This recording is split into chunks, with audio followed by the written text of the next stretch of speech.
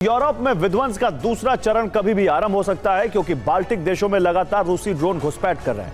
अब यूरोपीय देश रूस पर सख्त प्रतिबंध लगाने की तैयारी में। अमेरिका से ग्रीन सिग्नल का इंतजार किया जा रहा है। पहली बार ट्रंप ने रूस के खिलाफ यूरोपीय देशों की सैन्य सहायता करने के लिए कहा है। ऐसे में यूरोप में हालात खौफनाक होते जा रहे हैं, क्योंकि रूस ने पलटवार के लिए अपने परमाणु ठिकानों को वॉर रेडी कर दिया है।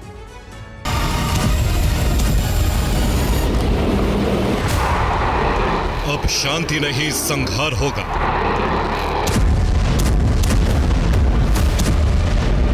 अब सीज फायर नहीं, भयंकर युद्ध होगा।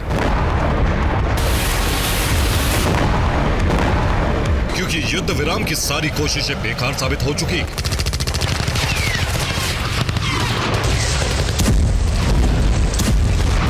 यूक्रेन को हथियारों की सप्लाई बढ़ाकर नाटो ने पुतिन का गुस्सा बढ़ा दिया।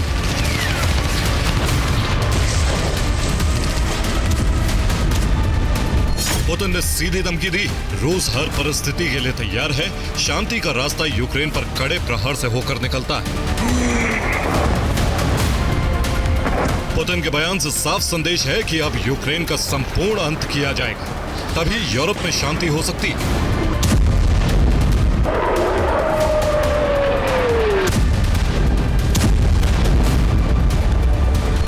लेकिन यूरोपीय देशों ने पुतिन के यूक्रेन विध्वंस में अड़चन पैदा की, तो रूस के टारगेट पर वो तमाम यूरोपीय देश होंगे जो लगातार यूक्रेन को बारूद सप्लाई कर रहे हैं।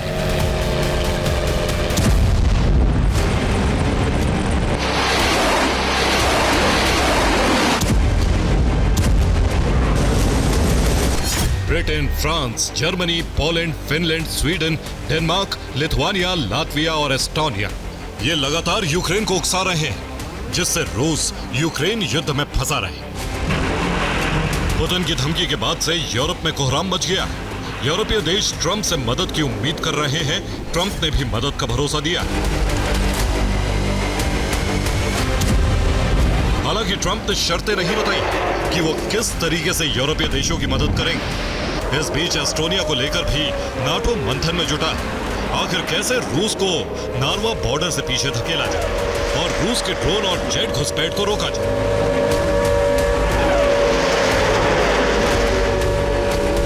अभी जहां जहां रूसी जेट और ड्रोन पहुंचे हैं वो इस तरह है।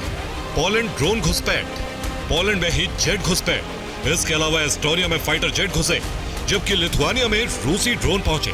इसके अलावा ड्रोन रोमानिया और मोल्दोवा में भी पहुंच चुके हैं, जबकि Britain, France, Italy, Finland, Norway और डेनमार्क में रूस के टोही ड्रोन निगरानी रख रहे हैं। रूस ने प्रॉक्सी एजेंट एक्टिव कर दिए, जो यूक्रेन को हथियार सप्लाई करने वाले देशों पर निगरानी रख रहे हैं। पिछले दिनों पूर्वी और उत्तरी यूरोप में कई जगह आगजनी हुई, जिसके पीछे रूस का हाथ बताया जा रहा है, जिन्हें प्रॉक्सी एजेंट के जरिए कराया गया। इस बार रूस की स्पेशल बटालियन बाल्टिक और पोलैंड में घुसपैठ कर सकती है, यानी जल्द ही ग्राउंड ऑपरेशन शुरू किया जा सकता है, जो पुतिन की सोवियत संघ बनाने की जिद का विस्तार हो सकता है।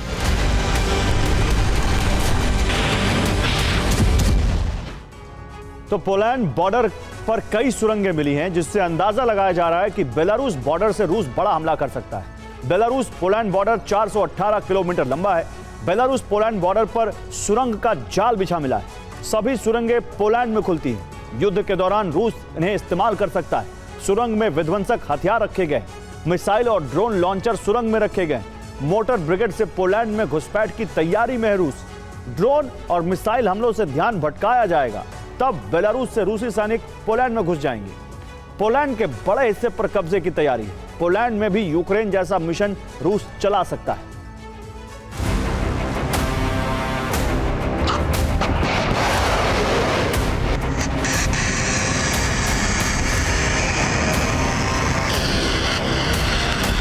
जो परिस्थितियां यूरोप में बन रही है वो बड़े विध्वंस का संकेत दे रही है। रूस की ड्रोन घुसपैठ के जवाब में नाटो ने वॉर ड्रिल शुरू कर दी।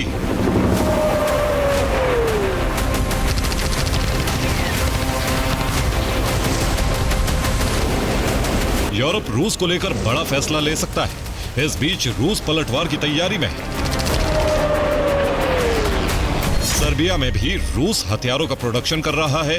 सर्बिया में 2 इलेक्ट्रॉनिक वॉरफेयर सिस्टम की तस्वीरें सामने आई हैं, जिनके नाम क्रासुका 2 और क्रासुका 4 है। इसके अलावा एंटी टैंक मिसाइलों का भी प्रोडक्शन किया जा रहा है। बेलारूस बॉर्डर पर इनकी तैनाती की जा सकती है। इसके अलावा बाल्टिक सागर में एक और रूसी टैंकर पहुंच गया है, जबकि एक नेवल फ्लीट पहले से ही वहां तैनात है। बाल्टिक में नाटो ड्रिल पर पलटवार के लिए ये तैयारी की जा रही है, यानी बाल्टिक सागर युद्ध का एपिसेंटर बन सकता है।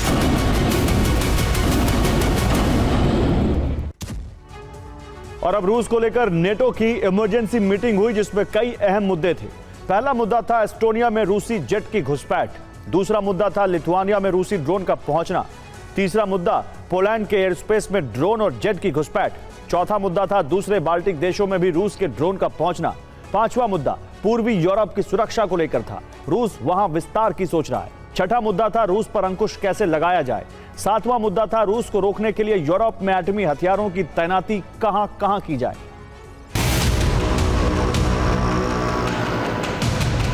हालात गंभीर होते जा रहे हैं। पिछले एक हफ्ते में यूरोपीय देश 3 से ज्यादा मीटिंग कर चुके हैं। इस बीच नए हथियारों को लेकर कई फैसले किए गए। नॉर्वे 24 होवित्जर खरीदने जा रहा है, जबकि उसके पास 28 पहले से हैं। इसके अलावा Germany future combat air system तैयार कर रहा है। इसके अलावा फ्रांस ने डिफेंस सिस्टम का प्रोडक्शन बढ़ा दिया है, जबकि स्पेन F-16 खरीदने की प्लानिंग कर रहा है। इस बीच नाटो ने एक बयान जारी किया है, जो उसके इरादों को जता रहा है। नाटो चीफ मार्क रूटे ने एस्टोनिया में रूसी जेट की घुसपैठ पर कहा है, नाटो रूस को रोकने के लिए सैन्य मुकाबले को तैयार है। हमारे सदस्य देश के एयर स्पेस में किसी तरह की घुसपैठ बर्दाश्त नहीं की जाएगी। नाटो ने अपने तेवर दिखाने शुरू कर दिए हैं। पुर्तगाल के पास अटलांटिक महासागर में 260 ड्रोन दागकर युद्धाभ्यास शुरू किया गया, जिसमें 22 देशों के 2000 सैनिक हिस्सा ले रहे हैं।